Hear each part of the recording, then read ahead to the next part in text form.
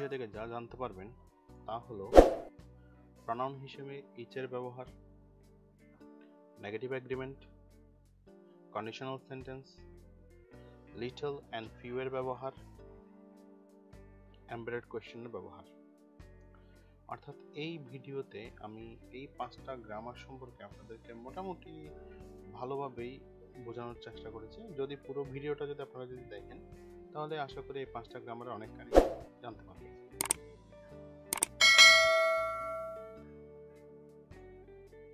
Question 1. Each of the sons followed dash father's trade. Option A, their. Option B, her. Option C, whose. Option D, his.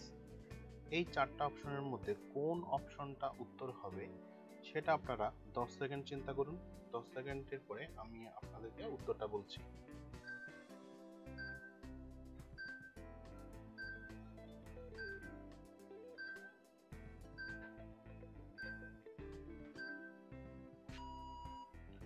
সময় শেষ। এই প্রশ্নের সঠিক উত্তর হচ্ছে অপশন ডি, হিজ। এখন কেন এই প্রশ্নের উত্তর হিজ সেটা আমরা একটু রুলসে দেখে আসি।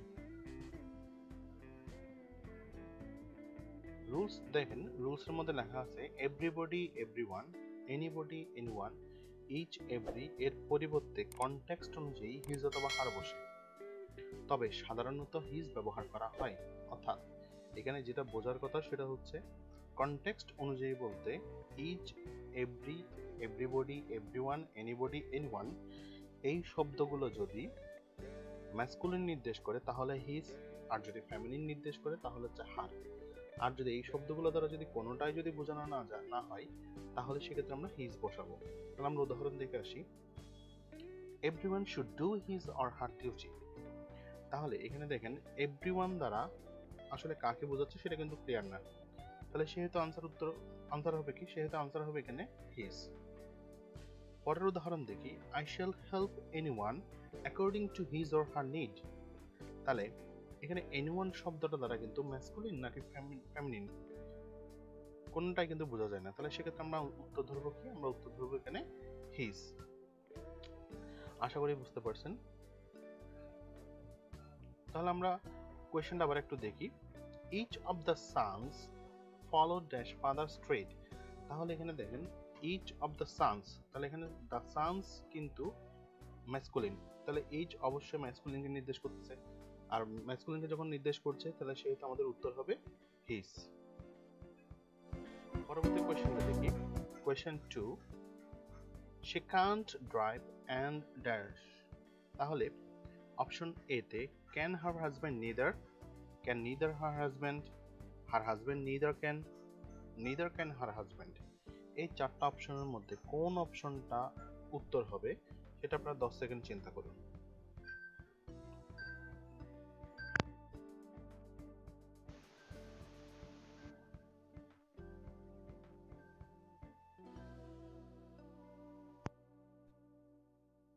এটা সঠিক উত্তর হচ্ছে option D, neither can her husband।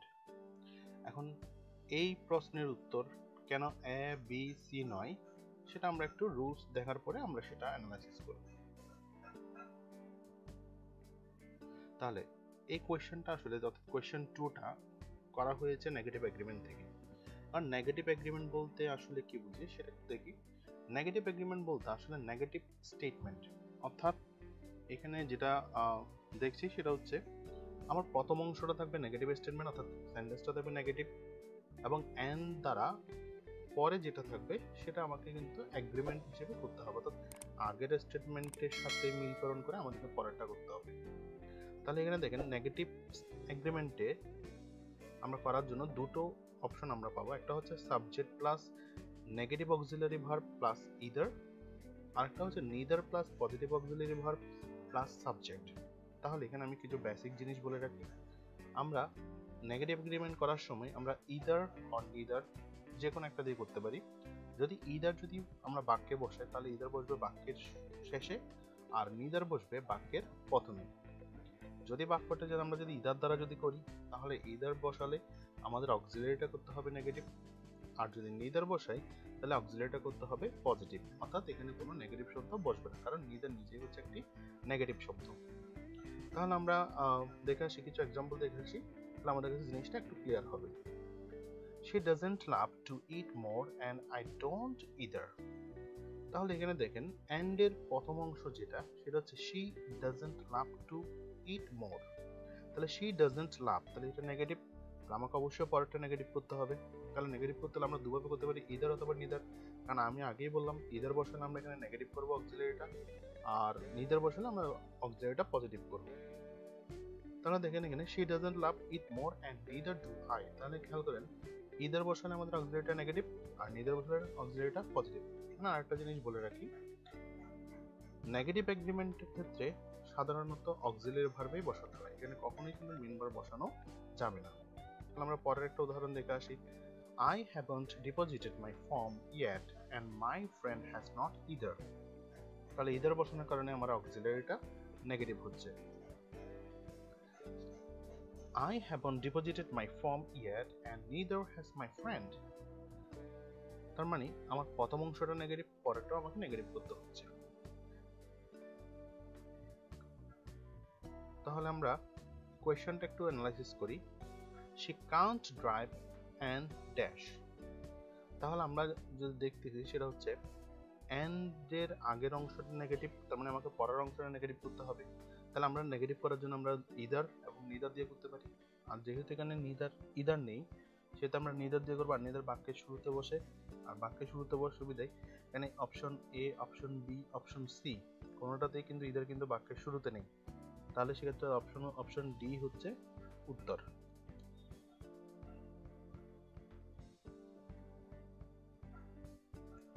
Question 3. I would tell you the answer if I dash what it was. Option A, no.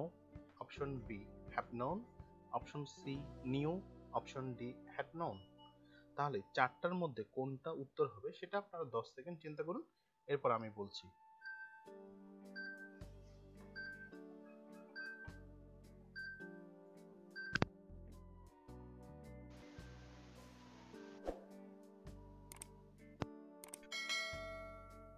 তাহলে এটার উত্তর হবে, রাইট আনসার হচ্ছে অপশন সি, নিউ।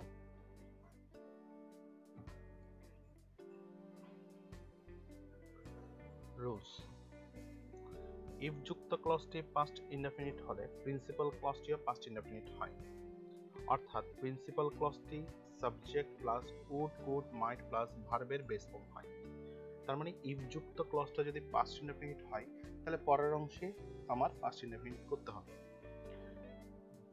আর এই রুলসগুলো আসলে বুঝতে গেলে, অর্থাৎ কন্ডিশনাল সেন্টেন্স, যেটা হচ্ছে কন্ডিশনাল সেন্টেন্সের রুলস, কন্ডিশনাল সেন্টেন্স বুঝতে গেলে আপনাকে অবশ্যই কন্ডিশনাল সেন্টেন্সের রুলসগুলো একটু জেনে আসতে হবে। তাহলে আমরা আগে রুলসগুলো জেনে আসি, তারপর আমরা এটা আবার কোয়েশ্চেন আমরা অ্যানালাইসিস করব। তাহলে কন্ডিশনাল সেন্টেন্সের রুলসে যাওয়ার আগে কিছু বেসিক ধারণা দিয়ে দিই। যে ক্লজে কিছু শর্ত আরোপিত হয় যার উপরে প্রিন্সিপাল ক্লজের কার্য নির্ভর করে তাকে কন্ডিশনাল বলে, অর্থাৎ প্রিন্সিপাল ক্লজের কাজ যার উপর নির্ভর করবে সেটা একটা ক্লজ, আর প্রিন্সিপাল ক্লজ নিজে একটা ক্লজ, তার মানে এখানে দুটো ক্লজ থাকবে। অর্থাৎ কন্ডিশনাল হতে গেলে প্রিন্সিপাল ক্লজের কাজটা অন্য আর একটা ক্লজের উপর নির্ভর করবে। তো যখন প্রিন্সিপাল ক্লজের কাজ অন্য আর একটা ক্লজের উপর নির্ভর করবে তখন তাকে বলা হবে কন্ডিশনাল সেন্টেন্স। তাহলে আমরা দেখি কন্ডিশনাল সেন্টেন্স সাধারণত দুই প্রকার, এক রিয়েল কন্ডিশনাল বাস্তব, দুই আনরিয়েল কন্ডিশনাল।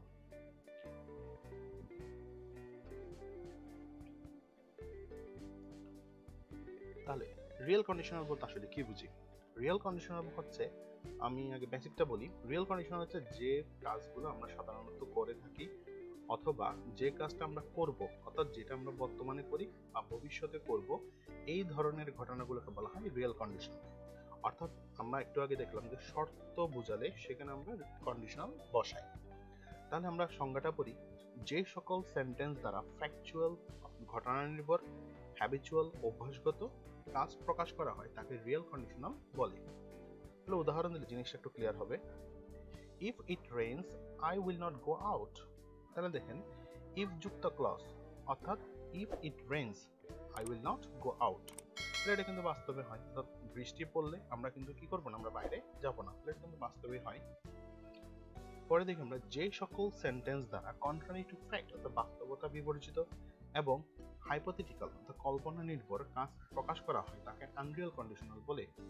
অর্থাৎ আনরিয়াল বলতে যে ঘটনাটা আমরা হয়ে গেছে অথবা যেটা আমরা অতীতে সংঘটিত হয়ে গিয়েছে অথবা যেটা কল্পনার সাথে করা হয় সেটাকে বলা হয় আনরিয়াল কন্ডিশনাল, অর্থাৎ যেটা অবাস্তব, যেটা হওয়ার পসিবিলিটি নেই বললেই চলে। তাহলে আমরা উদাহরণ দেখি, if I were a king I would conquer the state.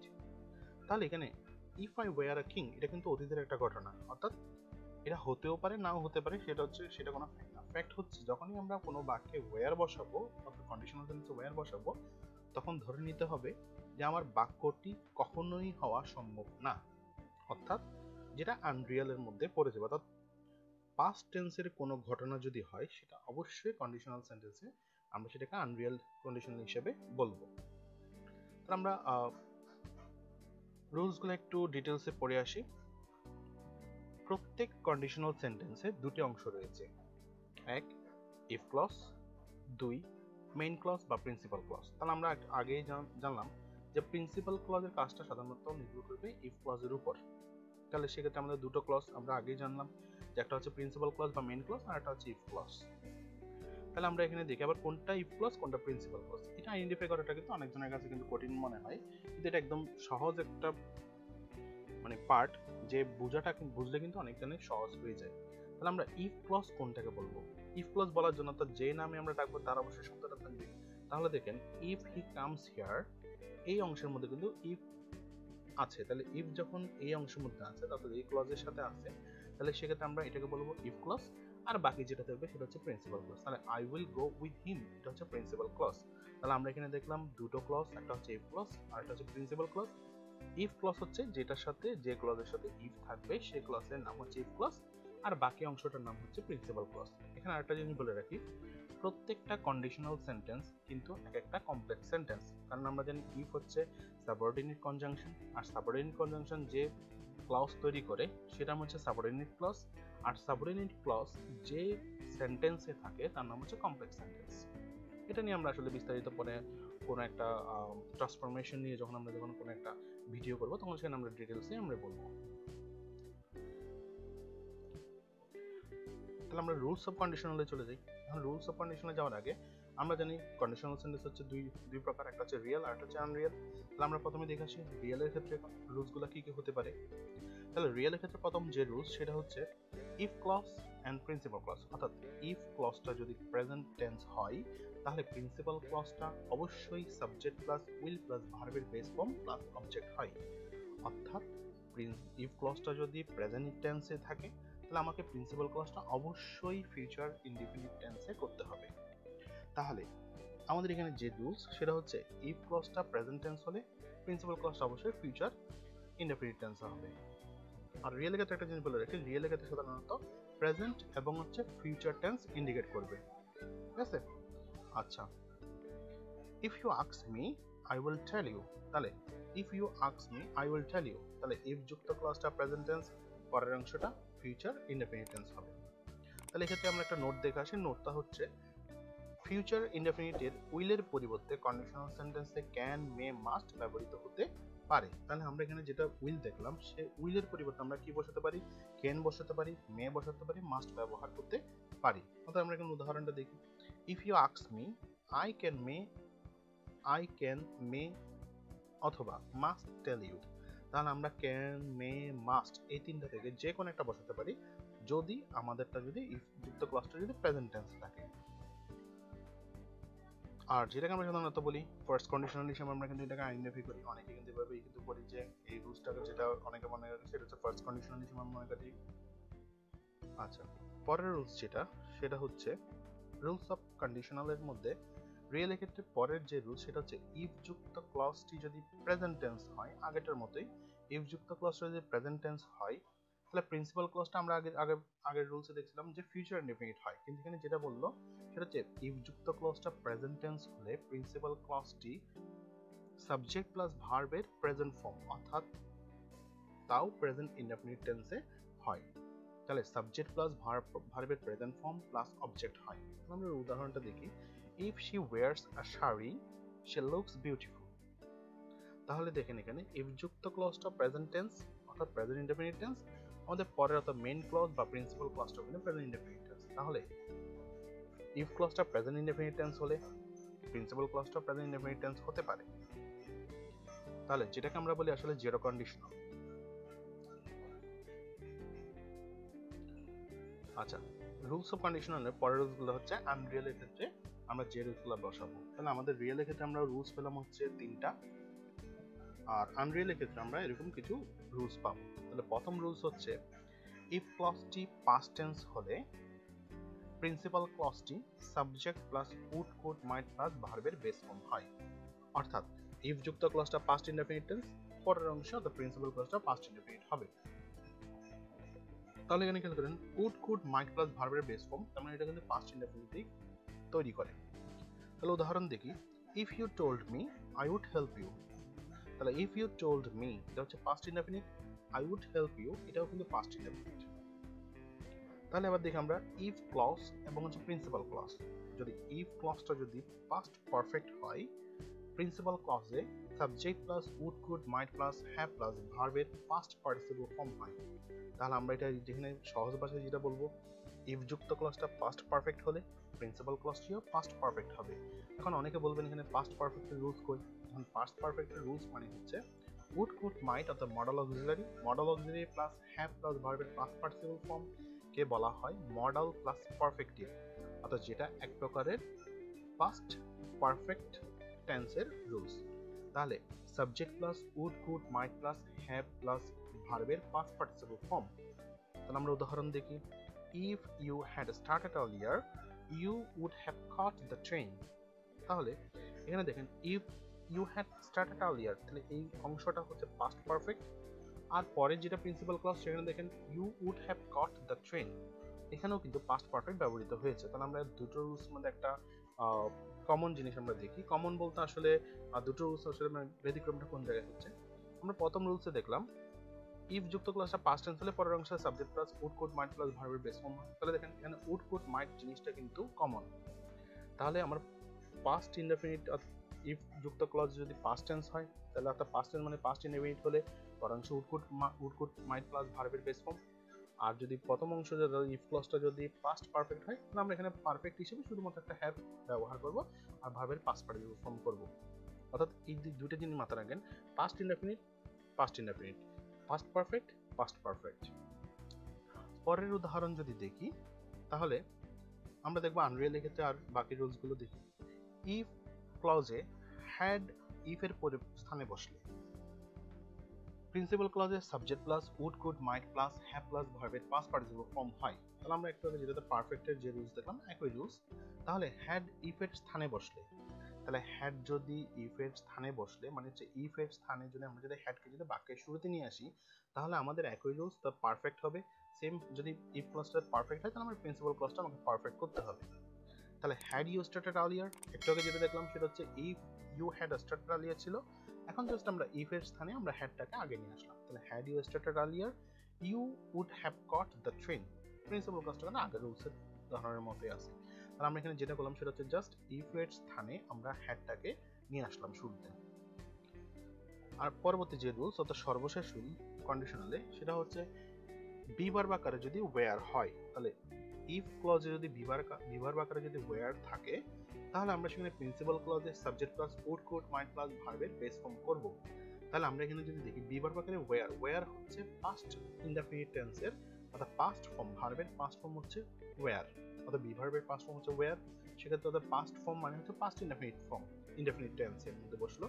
তাহলে বিভার্ব আকারে যদি ওয়্যার হয়, তাহলে আমরা পরবর্তীতে অবশ্যই পাস্ট ইনডেফিনিট করতে হবে। তাহলে subject plus would could might plus ভার্বের বেস ফর্ম হচ্ছে পাস্ট ইনডেফিনিট টেন্সের একটা স্ট্রাকচার। তাহলে আমরা এখন উদাহরণ দেখি, if I were a bird I would fly. তাহলে if I were a bird এটা কিন্তু পাস্ট ইনডেফিনিট টেন্সে আছে, তাহলে পরেরটা আমাকে পাস্ট ইনডেফিনিট করতে হবে। তাহলে হচ্ছে কি আই উড ফ্লাই হচ্ছে পাস্ট ইনডেফিনিট। আর এই রুলসের মধ্যে একটা জিনিস দেখেন, যখনই আমরা বিভার্ব আকারে ওয়্যার বসাবো তখনই বুঝে নিতে হবে এই বাক্যটি কখনোই হওয়া সম্ভব না, অর্থাৎ জীবনে কখনোই এই বাক্যটি হওয়া পসিবিলিটি নেই। কারণ আমরা চাইলে কিন্তু বার্ড হতে পারবো না, তাহলে সেক্ষেত্রে আমরা উঠতেও পারবো না। তাহলে ওরা যেখানে আমরা পাখি হতে পারবো না সেখানে আমরা ওড়ার প্রশ্নে আসে না, তার মানে এই ঘটনাটা কখনোই হওয়া সম্ভব না। তাহলে আমরা কন্ডিশনালের ক্ষেত্রে মোটামুটি যে রুলসগুলো বললাম এগুলো আর একটু ভালো করে যদি বুঝে এবং খাতায় লিখে রাখেন, আপনারা আশা করি কন্ডিশনাল সেন্টেন্সে সমস্যা হওয়ার কথা না। যে কোয়েশ্চেনটার জন্য আমরা রুলস এসেছিলাম সেই কোয়েশ্চেনটা আমরা একটু অ্যানালাইসিস করি। I would tell you the answer if I dash what it was। তাহলে অপশন ছিল know, have known, knew, had known। তাহলে আমরা একটু আগে রুলস যখন জানলাম, তাহলে আমরা রুলসটা দেখি।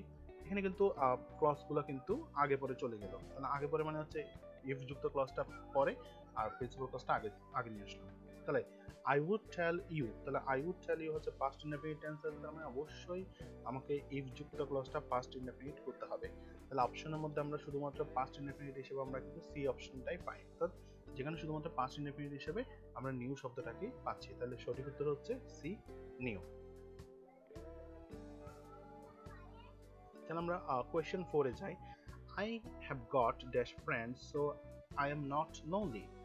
তাহলে option A a little, option B little, option C few, option D a few। তাহলে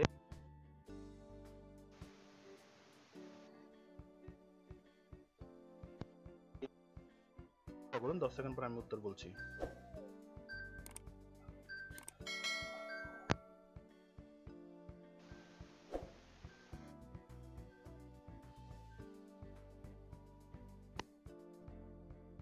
এটার উত্তর হচ্ছে আসলে a few। and কেন a few সেটাও আমরা ব্যাখ্যা দেখবো হচ্ছে রুলসে গেলে। তার মধ্যে পরবর্তী রুলস হচ্ছে রুলস অফ লিটল। তাহলে আমরা একটু আগে কোয়েশ্চেনটাতে আমরা লিটল এবং ফিউর ব্যবহারটা দেখলাম। আমরা প্রথমে লিটলের ব্যবহারটা দেখছি। লিটল বসে আনকাউন্টেবল নাউনের আগে, আর লিটল সাধারণত পরিমাণবাচক অ্যাডজেক্টিভ হিসেবে বাক্যের মধ্যে বসায়। আর লিটলের রুলসগুলো হচ্ছে লিটল অবলিক বিট, অর্থাৎ লিটল অথবা বিট অর্থ হচ্ছে প্রায় নেই বললেই চলে, অর্থাৎ এটি একটি নেগেটিভ অর্থ প্রদান করে। অর্থাৎ লিটল এবং বিট কোনো বাক্যের মধ্যে যদি আমরা যদি সিঙ্গেল বসাই তাহলে বুঝতে হবে সেই বাক্যটা নেগেটিভ অর্থ প্রদান করে। a little অথবা a bit অর্থ হচ্ছে সামান্য কিছু পরিমাণ। the little অর্থ অল্প পরিমাণ হলেও সবটুকু বোঝায়। আর not a little অর্থ অনেক পরিমাণ বোঝায়। অনেক আবার not a little বলতে কিন্তু কম পরিমাণ বোঝে, মানে অল্প পরিমাণে বোঝায়, কিন্তু কেন অল্প পরিমাণ না, not a little মানে হচ্ছে প্রচুর পরিমাণে বোঝাবে। আমরা উদাহরণ দেখি, he has spent the little money he had। তাহলে এখানে দেখেন মানি হচ্ছে আনকাউন্টেবল নাউন, সেজন্য আমরা তার আগে the little বসালাম। a little learning is a dangerous thing। তাহলে a little learning শব্দটা হচ্ছে আনকাউন্টেবল নাউন, সেজন্য আমরা এখানে a little হিসেবে বসালাম। তাহলে পরবর্তী আমরা হচ্ছে রুলস অফ ফিউ, অর্থাৎ ফিউ রুলস গুলো আমরা একটু দেখে আসি। ফিউ বসে প্লুরাল কাউন্টেবল নাউনের আগে, এরা সাধারণত সংখ্যাবাচক অ্যাডজেক্টিভ হিসেবে বসে। তার মানে আমরা লিটল দেখলাম পরিমাণবাচক অ্যাডজেক্টিভ হিসেবে বসে, আর ফিউ হচ্ছে সংখ্যাবাচক অ্যাডজেক্টিভ হিসেবে বসবে। ফিউ অর্থ হলো অল্প সংখ্যক, যে প্রায় নেই বললেই চলে। তাহলে লিটল যেরকম, ফিউটা হচ্ছে একই অর্থ প্রকাশ করে, নেই বললেই চলে, এটিও নেগেটিভ অর্থ প্রদান করে। অর্থাৎ ফিউ এবং লিটল কোনো বাক্যে যদি বসে তাহলে সেখানে অন্য কোনো নেগেটিভ শব্দ বসবে না। a few অর্থ হচ্ছে খুব অল্প সংখ্যক, the few অর্থ অল্প সংখ্যক হলেও সবগুলো, very few অর্থ খুব কম অর্থে বোঝায়, আর not a few অর্থ বহু সংখ্যক। তাহলে উদাহরণ দেখি, I have read a few novels of Dickens।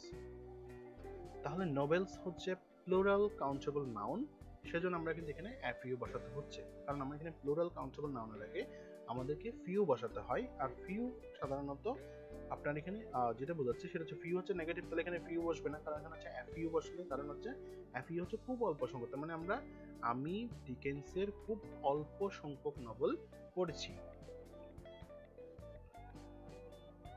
তাহলে পরবর্তী কোয়েশ্চেনটা আমরা একটু অ্যানালাইসিস করি।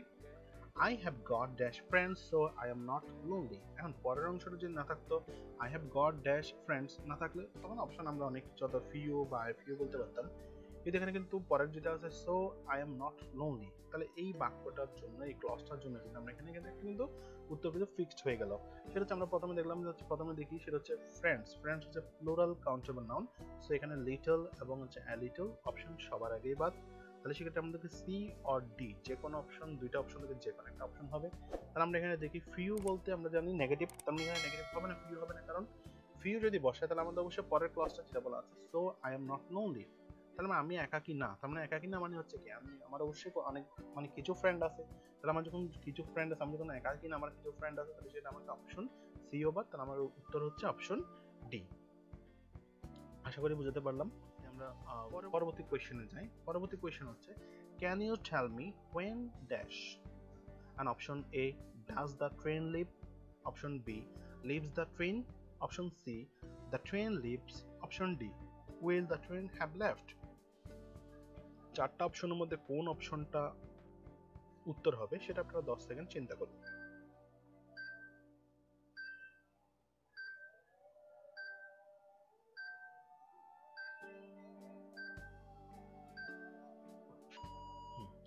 সময় শেষ। সঠিক উত্তর হচ্ছে option C, the train leaves. একটু বলে রাখি, এই যে বাক্যটা বা এই যে উদাহরণ বা কোয়েশ্চেনের কিন্তু এটা কিন্তু অনেকের কাছে কিন্তু আনকমন মনে হয়, কিন্তু আসলে এটা একটা কমন একটা জিনিস। আমরা একটু রুলসগুলো দেখি। তাহলে 5 নম্বর যে কোয়েশ্চেনটা আমরা করলাম সেই কোয়েশ্চেনটা কিন্তু এমবেডেড কোয়েশ্চেনের একটি প্রশ্ন। এখন এমবেডেড কোয়েশ্চেন কি? এমবেডেড কোয়েশ্চেন মানে আমরা এখানে দেখেন কোয়েশ্চেনগুলো করার সময় আমরা এখানে একটা শব্দ পেয়েছিলাম WH ওয়ার্ড। তো WH ওয়ার্ডগুলো বাক্যের মধ্যে দুইভাবে ব্যবহৃত হয়, একটা হচ্ছে কোয়েশ্চেন আকারে আর একটা হচ্ছে কনজাংশন আকারে। তাহলে আমরা দেখি যে একটা হচ্ছে WH ওয়ার্ডগুলো হচ্ছে কনজাংশন আকারে অথবা কোয়েশ্চেন আকারে বসবে। তাহলে এমবেডেড কোয়েশ্চেন হলে সেখানে কোনটা বসবে, কোয়েশ্চেন আকারে বসবে নাকি কনজাংশন আকারে বসবে, সেটা আমরা একটু করে দেখি। WH word who, what time, when, where, why, how long, how many, how much গুলো দিয়ে যদি কনজাংশন আকারে ব্যবহৃত হয় তাকে এমবেডেড কোয়েশ্চেন বলে। তাহলে আমরা যেটা দেখলাম এমবেডেড কোয়েশ্চেন হতে গেলে WH ওয়ার্ডগুলো অবশ্যই কনজাংশন আকারে বসবে, কোয়েশ্চেন ওয়ার্ড আকারে না।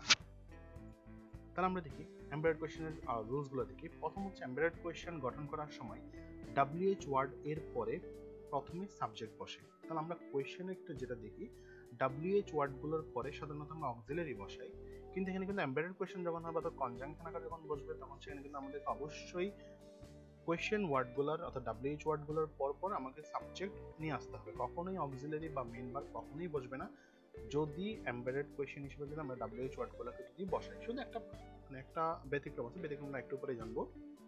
তাহলে আমরা প্রথম যেটা তাহলে আমরা এমবেডেড কোয়েশ্চেন যে রুলসটা পেলাম সেটা হচ্ছে এমবেডেড কোয়েশ্চেন গঠন করার সময় WH ওয়ার্ডের পরে প্রথমে সাবজেক্ট বসবে। তাহলে দেখি আবার subject plus verb plus question word plus subject plus verb, অর্থাৎ কোয়েশ্চেন ওয়ার্ডের আগে একটা ক্লজ পরে আরেকটা ক্লজ। আমরা উদাহরণ দেখি I know what your name is.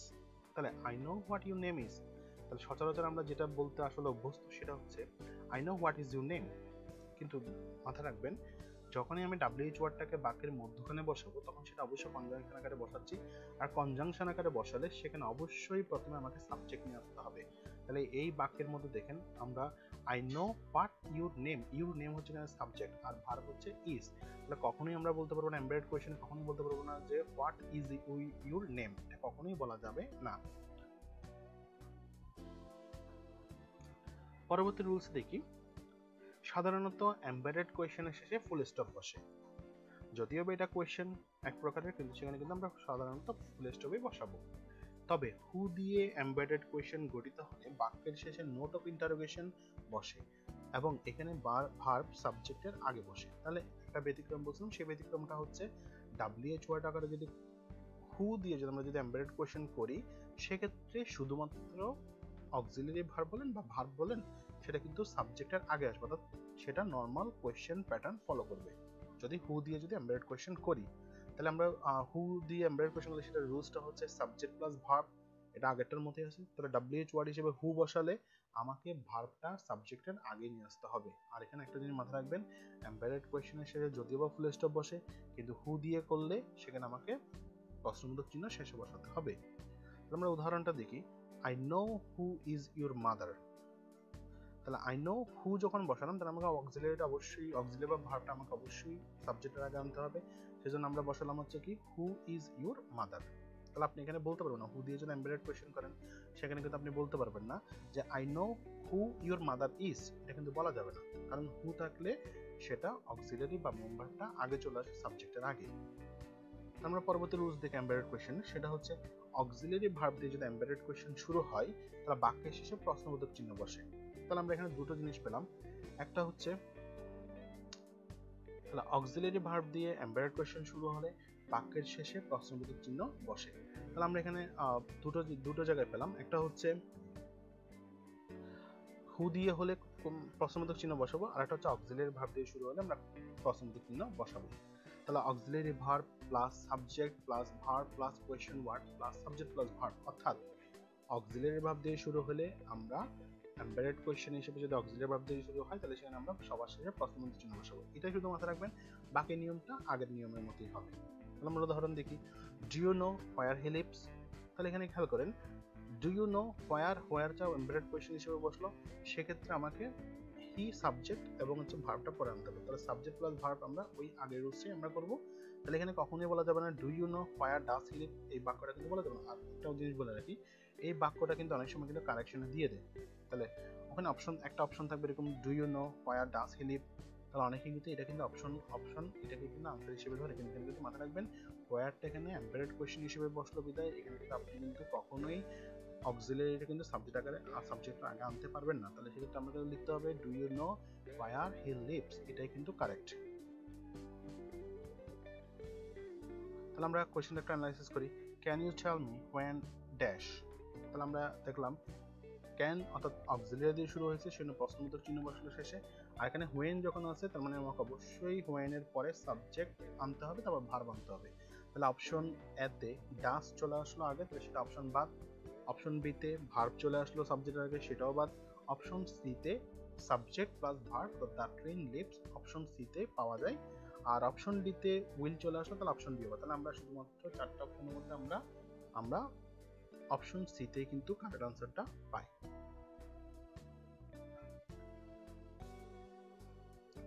আর আপনারা মোটামুটি আলোচনা করলাম অনেক কিছু। পরবর্তীতে কোন টপিকসের উপর ভিডিও পেতে চান তা আপনারা কমেন্টে জানাবেন। আর সবচেয়ে যেটা গুরুত্বপূর্ণ সেটা হচ্ছে অবশ্যই ভিডিওটা ভালো লাগলে লাইক করবেন, কমেন্ট করবেন এবং শেয়ার করবেন। আর সবচেয়ে বড় যেটা সেটা হচ্ছে অবশ্যই চ্যানেলটাকে একটু সাবস্ক্রাইব করবেন, কারণ একটা ভিডিও করতে হলে আমাদেরকে অনেক কিছু সমস্যার সম্মুখীন হতে হয়, আর হচ্ছে আমাদেরকে অনেক কিছু কষ্ট করে আমাদেরকে ভিডিওটা বানাতে হয়। তাহলে আপনারা যা সাবস্ক্রাইব করলে যেটা হয় আমাদের আসলে একটু কাজ করার জন্য আমরা একটু উৎসাহ পাই। ধন্যবাদ সবাইকে।